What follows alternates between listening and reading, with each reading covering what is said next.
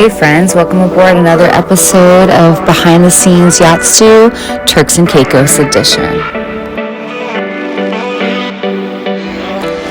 I'm all packed up, took the Bright Line to Fort Lauderdale, jumped on a Silver Airways direct flight, lucky me, and the plane was pretty much empty. Flyover was beautiful, but unfortunately that was not the case when we got to immigration. It's always busy, an hour and a half plus wait, but the rumor is the airport's going to expand soon, so this shouldn't be a problem. First stop, grabbed some pizzas at Salt Grill, located on the northeast end of the island. It's right next to Blue Haven Marina. Next, we head down to the boat to go drop my things off. Blue Haven Marina is one of the few marinas on Providencia. It's really nice and gated in. Grab my bags and off we go to the store. Time to go shopping and provisioning. Here's our fancy rental that we got. Provo has a couple of great grocery markets. If you've ever worked on the islands, finding fresh produce can be super challenging. I love my new Lotus bags. It keeps me very organized. I put everything in the separate bags as I shop and then put it back in the bags when we leave. Get ready for sticker shop. This is just us provisioning some filler items, and yep, 818 is the total.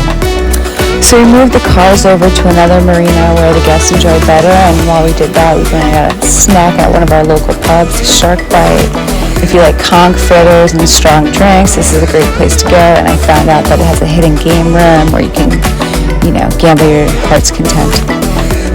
Next day, we moved the boat over to the other marina. We had a few hours to kill, so Matt was going to fish, except he went down to find out that all of his lures melted from the summertime, and well, that wasn't going to work. But anyway, I found my dream home, placed on the corner of the island. I mean, look at that view.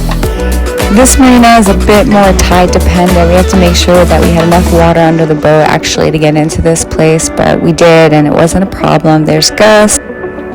He tosses the line to the dockhand. He secures us to the piling. The next day, the guests arrive. They fly into the private airport, and it is showtime. Unfortunately, as normal will attest, it was quite windy the day that they arrived, so bringing the big boat out wasn't an option. So we reserved in advance a hotel in Grace Bay for them with all the amenities such as a pool, gym, tennis court, hot tub, and beach cabana. It's a really beautiful place, and it's centrally located, and they really enjoyed having this option when we couldn't take the big boat out. A huge part of being a yacht stew is creative thinking, always finding something for the guests to do when the weather's lousy and we can't bring the big boat out. So this was a total score. Although the hotels and restaurants have a 12% VAT tax, duty-free shops do not. One of my favorite things working on a boat is every day is so different, but one thing that's always consistent is I cook breakfast. Working on a private yacht, the guest list is basically the same season to season, so I already know food preferences and allergies for each of the guests. The guests typically like to go out to nice restaurants each night, so it takes the pressure of me of wowing them with delicious dishes, so I like to keep it pretty simple. I usually do an egg dish, bacon, fruit, toast, and one special side dish. For instance, smoked salmon, sliced cucumbers, tomato, cottage cheese, hash browns, chia seed pudding, granola yogurt. Matt makes a delicious guacamole that's always a big hit. Prosciutto, arugula salad are all kind of specialty items I like to prepare.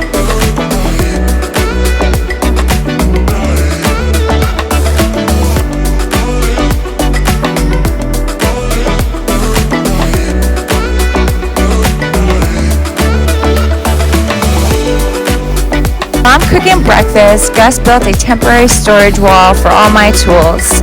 Space is always an issue on a yacht, so putting all your tools in one spot is really helpful. Gus velcroed a piece of plywood to the wall and mounted the power cord so they can charge while they're hanging. The plywood's temporary, so it can be taken down without ruining the wall.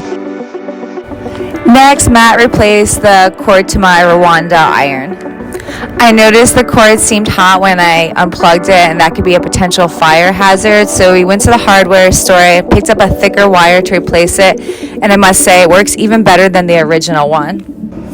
When you're out of the States in the Caribbean, coming across items to fix or replacement pieces can be kind of difficult, so Matt really saved the day with this one. When it comes to flower arrangements, I like to keep it really simple and non-scented. This is my moss ball that I water once a week, and my other favorite's orchids. As long as you don't put them in direct light, I usually get 3 or 4 months out of them, and then when we get back from a trip, I place them on a tree at my house and give them a second life. They're beautiful, elegant, everyone seems to love orchids. The following day for breakfast, I poached eggs. Here's my little cheat. I like to put them in a strainer when I cook them for 3 minutes, and then I place them in the oven until serving time. I saw there's another recipe for batch poached eggs by placing them in salt water and vinegar for 30 minutes before you cook them. This way they hold their shape, and I might try this technique next time. This morning we added the smoked salmon and hash browns to our spread. Guests loved it.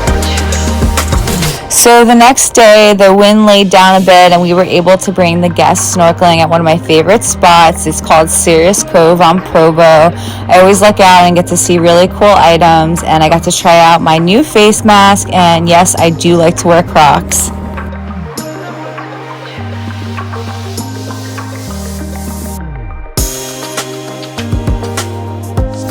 Like I should be running into a burning building, but besides the way it looks, I really like the way that it feels. It lets in a little bit of water, but it's really versatile and fits a lot of different types of faces, so I give it a thumbs up. And here you go. One of the greatest parts about Provo, it's really protected. They don't have cruise ships that come to this island, so when I go snorkeling, I tend to see a lot of cool stuff. Today, I got to see a couple sea turtles out there and stingrays and lots of tropical fish. So if you've never been to Provo, I highly recommend it to jump into the water and see some of the beautiful wildlife.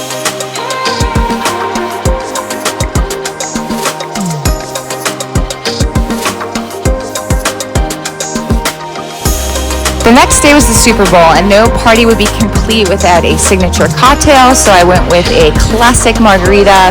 The deal with classic margaritas is clean, fresh ingredients, so I squeezed 15 limes, added in a top shelf tequila. I go with Blanco, that's just me. Add in your Cointreau if you want. Put a little pinch of salt there, and then for sweetener, you just go with a squirt of agave. When we host parties on the boat, I try to prep as much as I can beforehand. Things like making batch cocktails, give it a good shake, don't lose the margarita. I ordered some pizzas from the Salt Grill and some other appetizers like wings from Shark Bite, and I got to use out my new bamboo leaf biodegradable plates, which are awesome. We ended our night with a private fireworks show from one of the villas across the way. It was the perfect way to end our night and send off our guests. Now it's time for some well-deserved downtime. Like and share for more behind-the-scene adventures. Next stop, Bahamas. Bye!